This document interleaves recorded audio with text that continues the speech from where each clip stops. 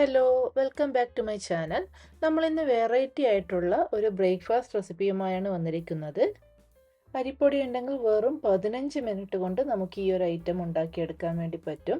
അതുമാത്രമല്ല, ഇതിന് വേറെ കറികളുടെ ഒന്നും ആവശ്യമില്ല.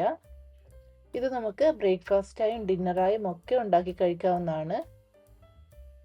അപ്പോൾ ഇന്നത്തെ ബ്രേക്ക്ഫാസ്റ്റ് റെസിപ്പി എന്താണെന്ന് അറിയാൻ എല്ലാവരും വീഡിയോ സ്കിപ്പ് ചെയ്യാതെ കാണണം. അപ്പോൾ ഇതുണ്ടാക്കാനായി ഞാനിവിടെ 250 ml കപ്പിൽ 1 കപ്പ് അരിപ്പൊടി എടുത്തിട്ടുണ്ട്.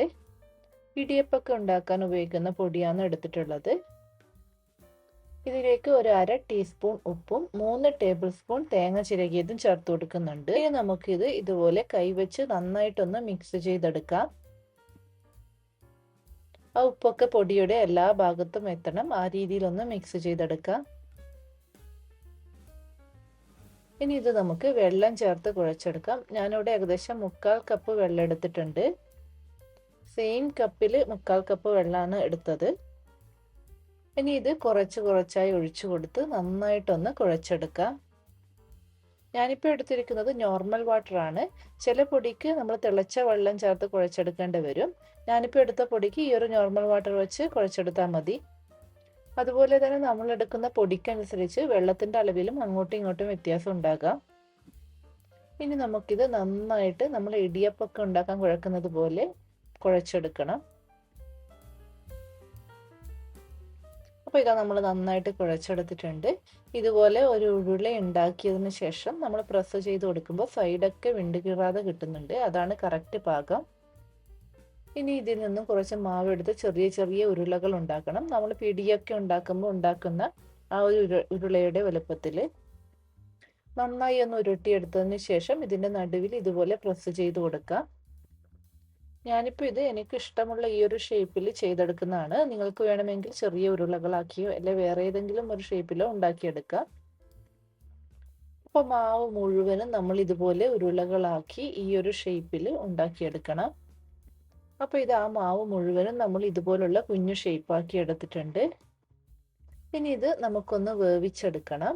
അതിനായിട്ട് ഞാൻ ഇതുപോലൊരു പാത്രത്തിൽ ഏകദേശം 2 കപ്പ് വെള്ളം ചൂടാകാൻ വെച്ചിട്ടുണ്ടായിരുന്നു. അപ്പോൾ ആ വെള്ളം നന്നായി തിളച്ചതിന് ശേഷം നമുക്ക് ഈ ഉണ്ടാക്കി വെച്ചിരിക്കുന്നത് അതിലേക്ക് ഇട്ട് കൊടുക്കാം. ഇപ്പോൾ നമ്മൾ ഈ ഒരു വെള്ളത്തിൽ ഉപ്പൊന്നും ചേർത്ത് കൊടുക്കുന്നില്ല.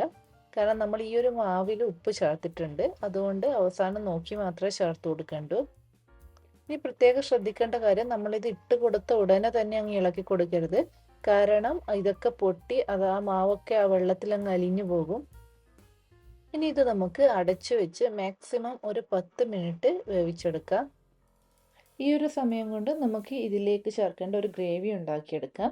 അതിനായിട്ട് ഇതുപോലൊരു പാത്രം അടുപ്പത്ത് വെച്ച് ചൂടാകുമ്പോൾ അതിലേക്ക് 2 ടേബിൾ സ്പൂൺ വെളിച്ചെണ്ണ ഒഴിച്ചു കൊടുത്തിട്ടുണ്ട്.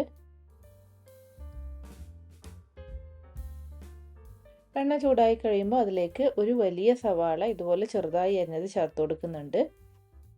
ഇനി ഇത് നന്നായിട്ടൊന്ന് വഴറ്റിയെടുക്കാം.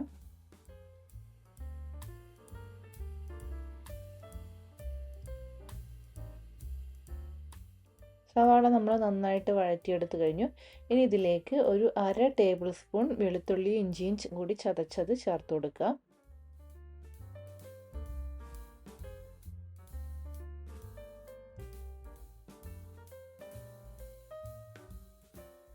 എന്നിട്ട് വീണ്ടും നമുക്കതിൻ്റെ പച്ചക്കുത്തലൊക്കെ ഒന്ന് മാറുന്നത് വരെ ഒന്ന് വഴറ്റിയെടുക്കണം.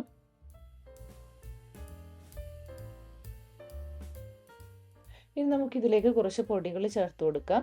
1/2 ടീസ്പൂൺ മഞ്ഞൾപ്പൊടി, 1/2 ടീസ്പൂൺ മുളക് പൊടി, 1/2 ടീസ്പൂൺ മല്ലിപ്പൊടി, കൂടെ തന്നെ 1 ടീസ്പൂൺ ചിക്കൻ മസാല ഇത്രയും ചേർത്ത് കൊടുക്കുന്നുണ്ട്.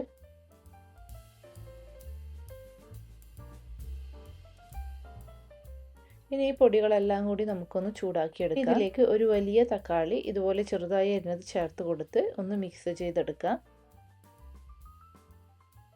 ഇനി നമുക്ക് ആ തക്കാളി നന്നായിട്ട് വെന്തുടയുന്നത് വരെ ഒന്ന് അടച്ചു വെച്ച് കുക്ക് ചെയ്യാം. നമുക്കിതൊന്ന് തുറന്ന് നോക്കാം. അപ്പോൾ ഇത് തക്കാളിയൊക്കെ നന്നായി വെന്തുടഞ്ഞിട്ടുണ്ട്. ഇനി ഇതിലേക്ക് നമുക്ക് ഗ്രേവിക്ക് ആവശ്യമായ ഉപ്പ് കൂടി ചേർത്ത് കൊടുത്ത് നന്നായിട്ടൊന്ന് മിക്സ് ചെയ്തെടുക്കാം. ഇനി ഇതിലേക്ക് നമുക്ക് ഒരു 3 മുട്ട പൊട്ടിച്ചൊഴിക്കാം.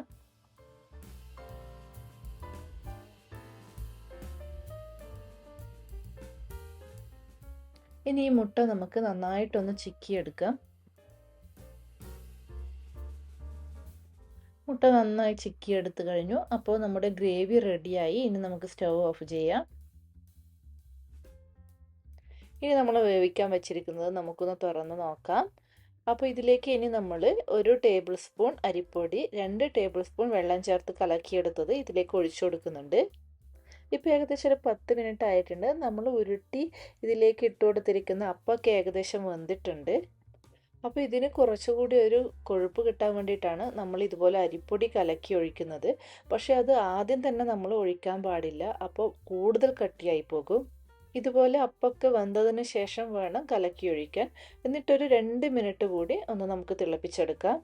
അപ്പോൾ നമ്മൾ ഇതുവരെയും ഇതിലേക്ക് ഉപ്പ് ചേർത്ത് കൊടുത്തിട്ടില്ലായിരുന്നു. അപ്പോൾ ഇനി നമുക്ക് ഉപ്പ് നോക്കി ഉപ്പ് ചേർത്ത് കൊടുക്കാം.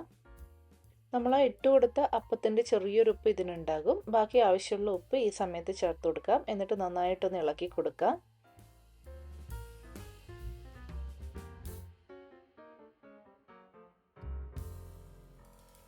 അരിപ്പൊടി കലക്കി ഒഴിച്ചതിന് ശേഷം ഏകദേശം ഒരു 2 മിനിറ്റ് നമ്മളിത് തിളപ്പിച്ചെടുത്തിട്ടുണ്ട്. നിങ്ങൾക്കിപ്പോൾ വീഡിയോ തന്നെ കാണാം, അത്യാവശ്യം നല്ല കൊഴുപ്പോട് കൂടിയാണ് ഇതുള്ളത്. ഇനി നമുക്കിത് അധിക നേരം തിളപ്പിക്കേണ്ട ആവശ്യമില്ല, കാരണം കൊഴുപ്പ് കൂടിപ്പോകും. ഇനി നമുക്ക് ഇതിലേക്ക് നമ്മൾ ഉണ്ടാക്കി വെച്ചിരിക്കുന്ന ഗ്രേവി ചേർത്ത് കൊടുത്ത് ഒന്ന് മിക്സ് ചെയ്തെടുക്കാം. നമ്മൾ ഉണ്ടാക്കി വെച്ചിരിക്കുന്ന മുട്ടയുടെ ഗ്രേവി ഇതിലേക്ക് ചേർത്ത് കൊടുത്ത് പെട്ടെന്ന് തന്നെ ഒന്ന് മിക്സ് ചെയ്തെടുക്കാം.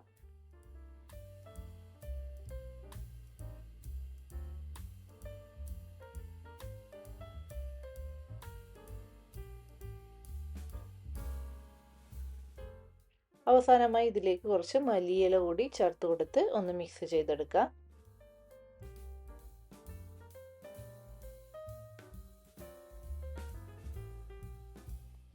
അപ്പോൾ ഇനി നമുക്ക് സ്റ്റൗ ഓഫ് ചെയ്യാം. നമ്മുടെ അരിപ്പൊടി വെച്ചിട്ടുള്ള വെറൈറ്റി ബ്രേക്ക്ഫാസ്റ്റ് റെഡി ആയിട്ടുണ്ട്.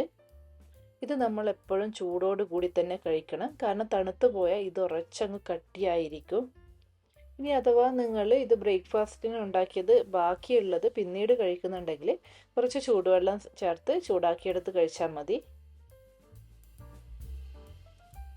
നമുക്കിതിനി ഒരു പാത്രത്തിലേക്ക് മാറ്റി കൊടുക്കാം.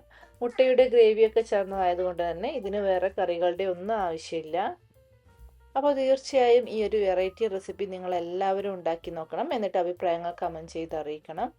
വീണ്ടും പുതിയ റെസിപ്പിയുമായി അടുത്ത വീഡിയോയിൽ കാണാം. അതുവരേക്കും ബൈ ബൈ.